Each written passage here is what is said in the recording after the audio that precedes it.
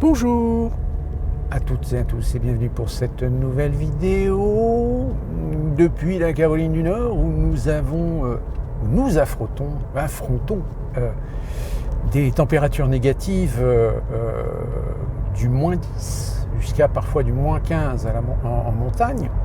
Parce que oui, en Caroline du Nord, nous avons l'avantage d'avoir à la fois la côte, la mer, mais aussi la montagne avec les Appalaches. Mais bon, je ne suis pas là pour vous faire de la météorologie locale. On va revenir rapidement sur Donald Trump. Alors, il y a très très peu de médias qui en ont parlé et pour cause. Donald Trump a fait un meeting à Manchester, alors, pas le Manchester en Grande-Bretagne, mais le Manchester dans le New Hampshire.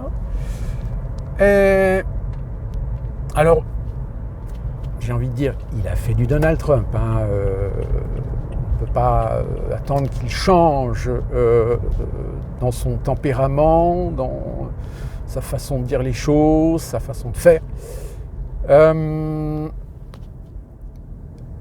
Et le problème, c'est qu'il y avait du monde. Il y avait du monde dans la salle, évidemment, galvanisé, et il en a profité, c'est pour tout dire.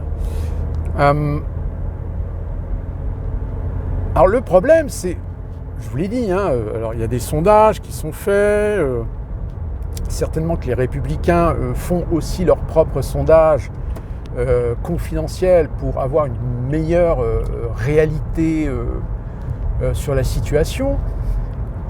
Le problème, c'est qu'en effet, quand on observe le public qui était dans le meeting, oui, force est de constater que c'est quand même majoritairement une Amérique. Je ne sais pas comment trouver le mot en français pour. C'est pas des ploucs. Oui, il y en a des ploucs, ça c'est clair. Mais j'ai envie de dire de la classe moyenne, mais vraiment classe moyenne. Peut-être pas forcément très éduqué, ou voire éduqué, mais qui est dans une situation sociale et économique où ils en ont gros sur la patate et que, comme je vous l'avais dit dans des précédentes vidéos, ils font partie de cette portion d'Amérique qui a perdu totale confiance envers la politique traditionnelle, bipartisme américain, républicaine et démocrate. J'ai envie de dire, le problème, c'est que les médias, et ça, il faut faire très attention, parce que les médias ont une fâcheuse tendance à caricaturer les pro-Trump pour les faire passer pour des rednecks, sans culture, abrutis, comme je vous l'ai dit, des ploucs. La portion très populaire de cette Amérique, ce qui d'ailleurs, j'ai envie de dire, c'est un peu d'ailleurs ce qu'on fait un petit peu aussi maintenant en France, c'est-à-dire que cette portion rurale, ouvrière, française, aujourd'hui on est en train de lui cracher dessus parce qu'elle ose commencer à partager des idées d'extrême droite. Bon ici c'est pareil.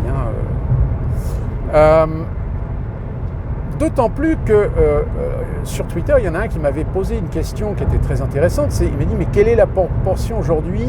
Est-ce qu'il y a dans l'électorat de Trump de la diversité? Eh bien oui, il y a de la diversité, forcément. Pourquoi? Tout simplement parce que si la diversité, quand on dit diversité, souvent à l'oreille, pour beaucoup de gens, ça chante progressiste, ça chante gauche.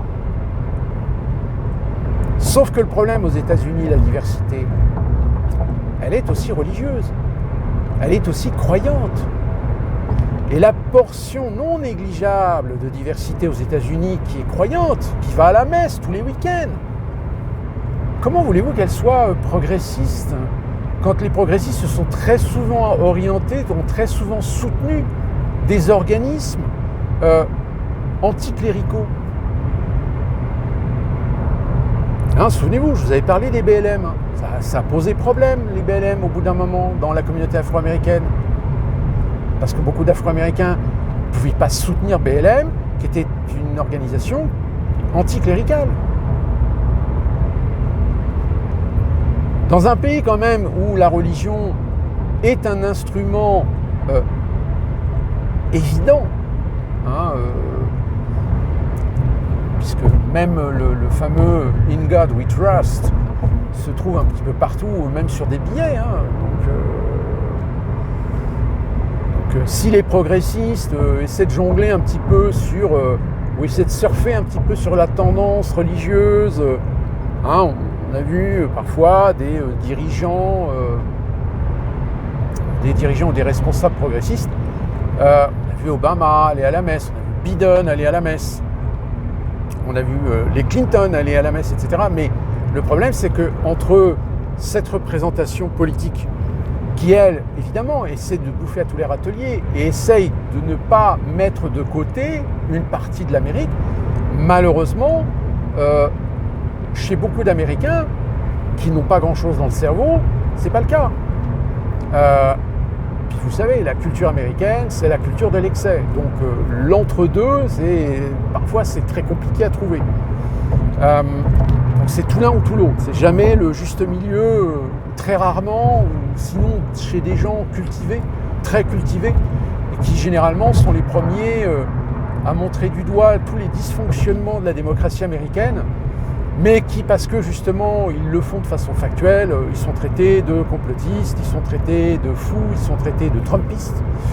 Mais j'ai envie de dire comme en France, hein, pareil, hein, aujourd'hui.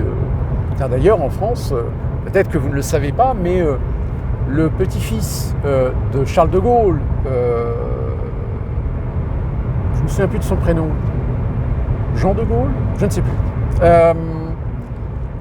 qui a défrayé un petit peu la chronique en défendant la Russie, en ayant rencontré Poutine, etc. Bon, sans non plus, mais voilà, il sait faire la part des choses entre la géopolitique et la culture.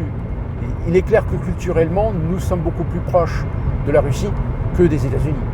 En revanche, en matière de géopolitique, là, évidemment, on est un petit peu pieds et poings liés par nos alliances avec les Américains. Eh bien, De Gaulle vient d'annoncer qu'il a l'intention de créer un mouvement. Alors, pas forcément un parti politique, mais un mouvement. Bon, évidemment, ce qui joue en sa faveur, c'est son nom. C'est clair. De Gaulle, ça parle. Maintenant, à savoir, est-ce qu'il va avoir la visibilité, est-ce qu'il va avoir les outils de communication, est-ce qu'il va présenter des idées qui pourraient séduire une grande majorité des Français? Là, par contre, c'est une autre histoire. Enfin, ça, c'était pour la petite anecdote. Mais il y a un autre événement aux États-Unis qui va peut-être se produire d'ici quelques jours et qui risque de tout chambouler.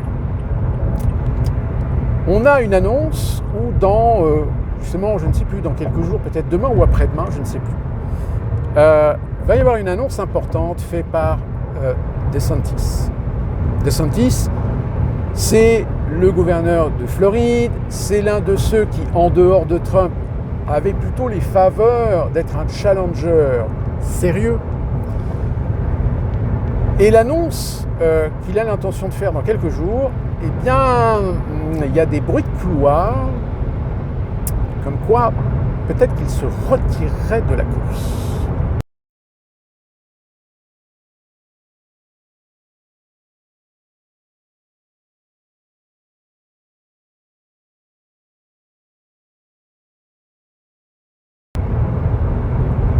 Dans ce cas-là, si vous voulez, ça veut dire quoi? Ça veut dire que s'il se retire de la course, soit il se met derrière Trump, soit il se met derrière Nikki Haley.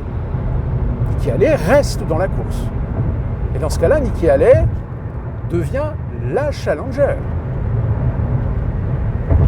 Le seul problème, c'est que Nikki Haley n'a pas les faveurs d'une majeure partie de l'électorat républicain. Et d'ailleurs, preuve en est, c'est que les caucus vont commencer. Il a déjà commencé dans l'Iowa avec une victoire très probante de Donald Trump, et Nikki Haley et DeSantis étaient relativement loin, même s'ils sortaient quand même avec les honneurs, mais ils étaient très très loin, ne talonnaient même pas Donald Trump. Donc la question aujourd'hui, évidemment, elle est posée, finalement, comme d'ailleurs je l'ai toujours posée. Est-ce que Donald Trump peut être réélu? Ça dépend d'une multitude de facteurs. Mais à l'heure actuelle, il est évident que la question la plus essentielle, la plus importante de toutes, c'est quelle proportion d'Américains sont prêts à voter pour Trump. Et ça, la réponse à la question, on ne l'a pas. Parce que vous savez, les sondages, c'est comme en France, hein, les instituts de sondage sont généralement des instituts privés qui qui sont commandités, on va dire, par des gens qui demandent à ces instituts de sondage de faire un sondage normal. Sauf que, évidemment, étant donné que c'est des clients, étant donné que c'est un business, les clients, ils aimeraient bien avoir un sondage qui soit en leur faveur. Donc, très souvent, les sondages, ça n'a pas forcément... la preuve, c'est que même en France aujourd'hui, vous avez des instituts de sondage qui vous sortent des sondages. Un jour c'est noir, le lendemain c'est blanc. Bah oui, mais non, mais attendez, hier il y en a un qui a dit que c'était machin qui était... Oui, mais l'institut de sondage, c'est Ipsos qui a travaillé avec BFM et dont l'échantillon est de 1050 personnes, mais que soi-disant les algorithmes ont choisi de façon aléatoire, mais vu que les algorithmes ont leur établi un champ d'action avec un nombre de critères, etc., donc on a fait en sorte que les 1050 personnes, il y a au moins les 2/3 qui ont été sélectionnés dans des endroits qui, selon les dernières élections présidentielles, ont majoritairement voté pour Emmanuel Macron. Et pas aux États-Unis, c'est pareil. Aux États-Unis, vous allez faire une sélection d'Américains suivant leur statut, leur rang social, l'endroit où ils se trouvent, dans quelle circonscription ils se trouvent. Et suivant la circonscription où ils se trouvent, j'appelle ça circonscription, ici c'est plutôt des comtés, mais vous êtes sûr, au moins 80%, d'avoir l'assurance d'avoir un résultat plutôt dans un sens que dans un autre. En revanche, quand les partis politiques demandent des sondages, mais là des sondages qui restent des sondages en interne, qui ne sont pas des sondages publiés, eh bien c'est pour ça que de temps en temps, on a des orientations, des choix, des politiques qui vont complètement à l'encontre de ce que les sondages publics, médiatiques, avaient annoncé. Donc aujourd'hui, voilà, c'est compliqué. Est-ce que Donald Trump, s'il gagne la primaire républicaine, bon déjà on sait qu'il y a Rassam Saoui, je ne sais plus, qui est une grande gueule, déjà, ça y est, bon lui il a dit qu'il allait se retirer, mais déjà il commence à caresser dans le sens du poil Donald Trump. On l'a vu récemment d'ailleurs avec Donald Trump. Et très clairement, le mec, il vise le poste de vice-président.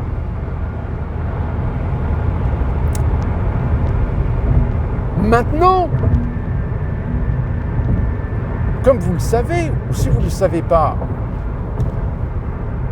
aujourd'hui, vous avez des dissensions au sein même des deux partis, c'est-à-dire Parti républicain et Parti démocrate. C'est-à-dire qu'au sein des partis, les ténors de ces partis-là, vous avez des divisions. C'est-à-dire, chez les Républicains, vous avez des gens qui veulent récupérer le pouvoir, même s'il faut réélire Trump, on le réélit. Comme il y en a d'autres qui disent non, on ne peut pas se taper 4 ans de plus de Trump, c'est pas possible, il faut trouver une solution. Sauf que le problème, comme je vous l'ai dit, les sondages qui sont faits en interne, ne sont pas du tout propices à engager une politique qui pourrait donner satisfaction, à donner une chance à un challenger de pouvoir s'opposer à Trump. À moins que Trump devienne inéligible. Mais là encore, comme je vous l'avais dit, il faut que la Cour suprême nationale se saisisse de l'affaire et décide que Donald Trump ne puisse pas être éligible lors de la campagne présidentielle de 2024. Mais là, vous admettrez quand même qu'on est en janvier. L'élection est en novembre.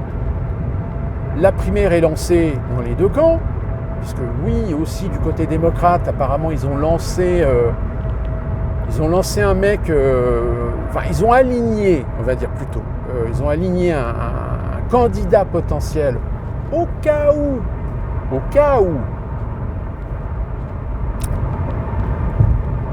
il arriverait quelque chose à Joe Biden. Mais du côté des républicains, très clairement, la multitude de challengers, la multitude de candidats, malheureusement, tous les sondages sont unanimes. Donald Trump est largement en tête. Donc si on se fie aux sondages, en étant évidemment avec beaucoup de réserve, et quand on voit les meetings, et on va voir au fur et à mesure des caucus, comment Donald Trump va se positionner. Est-ce qu'il va de temps en temps être un petit peu en ballottage, ou est-ce que un candidat peut éventuellement, dans certains comtés ou dans certains États, est-ce qu'il y a Haley qui va prendre la tête dans certains États, etc. Ça peut arriver, mais au vu de la situation, au vu du contexte à l'heure actuelle, je rappelle, les États-Unis, surtout en ce moment, avec l'histoire israélo-palestinienne, les démocrates sont extrêmement dans une situation très inconfortable. Parce que, force est de constater que le parti qu'ils défendent en tant que progressiste, qui est censé défendre la démocratie, les droits de l'homme et tout le blablabla, là, un peuple palestinien qui est en train de se faire massacrer. Alors ils ont beau essayer de remettre un petit peu l'Ukraine sur les rails, sur le plan médiatique, sur les réseaux sociaux, etc. Sauf que ça passe pas. L'illusion ne fonctionne pas. Il y a beaucoup d'Américains aujourd'hui qui sont concernés par le destin aujourd'hui des Palestiniens. Et quand ils voient que Biden et l'administration fédérale, comme l'État profond, ne lèvent pas le petit doigt pour les Palestiniens,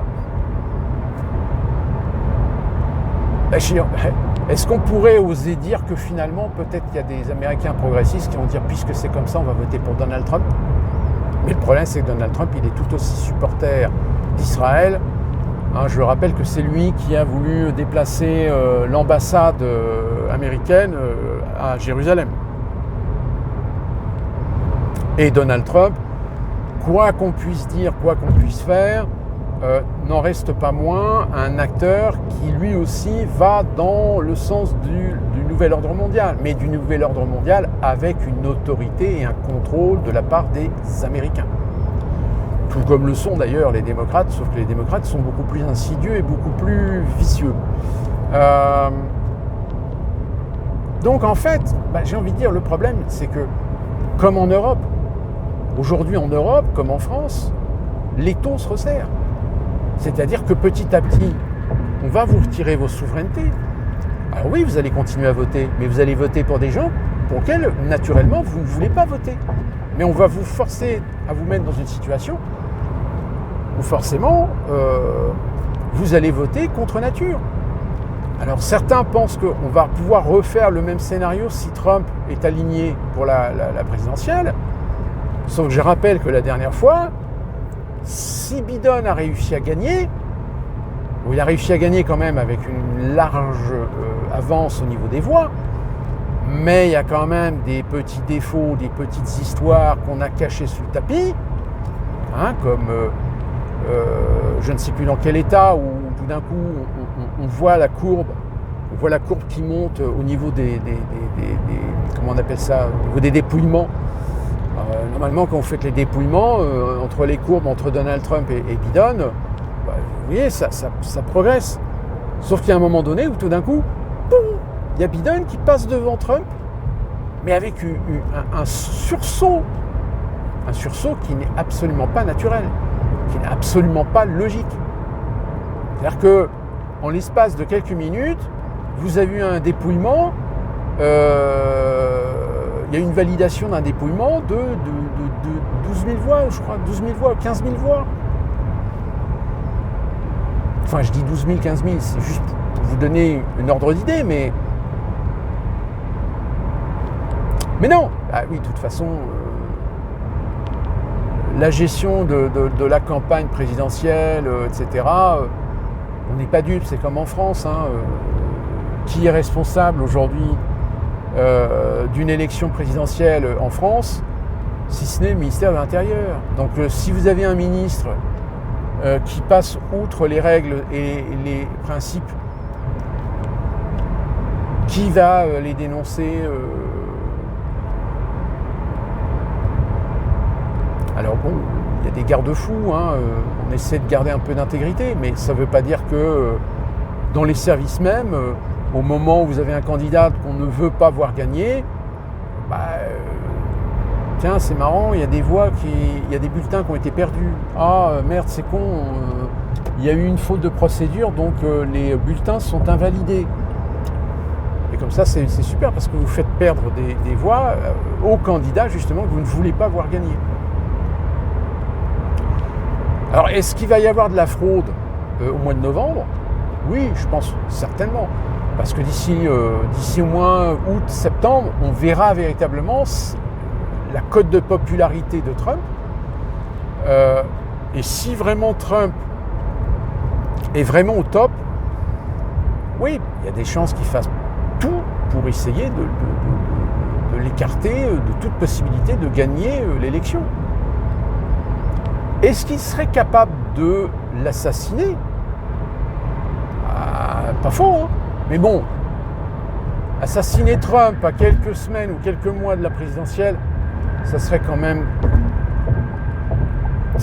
une coïncidence beaucoup trop malhonnête à nous faire croire. Donc c'est une situation à suivre parce que même à l'échelle internationale, vous avez certains acteurs politiques qui sont inquiets de se dire putain, mais si jamais Donald Trump est réélu, ça veut dire qu'on va se taper 4 ans supplémentaires avec les États-Unis sous le contrôle de Trump. Vous savez que Trump, c'est un... Alors, encore une fois de plus, attention, Trump n'est pas un anti-système, hein. Il fait partie du système, il est né du système. Mais quand il dit America Great Again ou American First, c'est juste une question de sémantique qui change. En interne, à l'échelle des États-Unis, mais à l'échelle internationale, alors déjà, le conflit israélo-palestinien, c'est clair que Trump, lui, il sera du côté des Israéliens. Donc s'il y a un génocide, si on nettoie la bande de Gaza, si Israël liquide la bande de Gaza et annexe le territoire de Gaza, c'est pas Donald Trump qui va s'y opposer. Hein. Logique. Par contre, les relations avec l'Europe, ça va se tendre un petit peu parce que l'Europe, sur certains points, elle est à la ramasse. Souvenez-vous, c'est comme l'OTAN, c'est pareil. Hein, souvenez-vous de Donald Trump s'était plaint que certains pays traînaient la patte pour mettre 2% de leur PIB dans l'investissement militaire au sein de l'OTAN. Et plus particulièrement viser l'Allemagne. Bon, aujourd'hui, l'Allemagne, ils sont toujours à la traîne. Hein. Qu'est-ce que vous voulez? Vous ne pouvez pas dépenser, faire des emprunts à coups de milliards d'euros pour envoyer de l'armement et du matériel à l'Ukraine et derrière faire en sorte de respecter vos engagements vis-à-vis de l'OTAN pour investir 2% de votre PIB dans l'armement. La France avait atteint les 2%, mais je crois que l'année dernière, ils étaient à 1,8 ou 1,9. Il y a une petite baisse, hein, mais... Donc les choses sont complexes. Et comme on a 2 conflits majeurs aujourd'hui, 1, l'Ukraine et 2, Israël, sachant que Trump est plutôt pour une entente avec la Russie, est-ce qu'éventuellement Trump ne pourrait pas engager des pourparlers avec la Russie pour mettre un terme au conflit ukrainien? Et là, tous les Occidentaux européens, ils n'auront plus qu'à ronger leur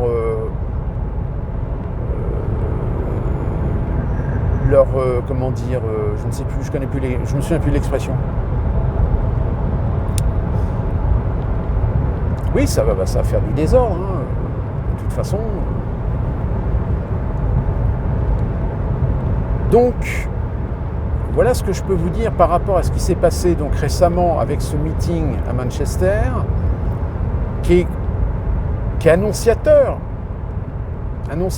de quelque chose qui évidemment risque d'en déranger et de ne pas faire plaisir à certains.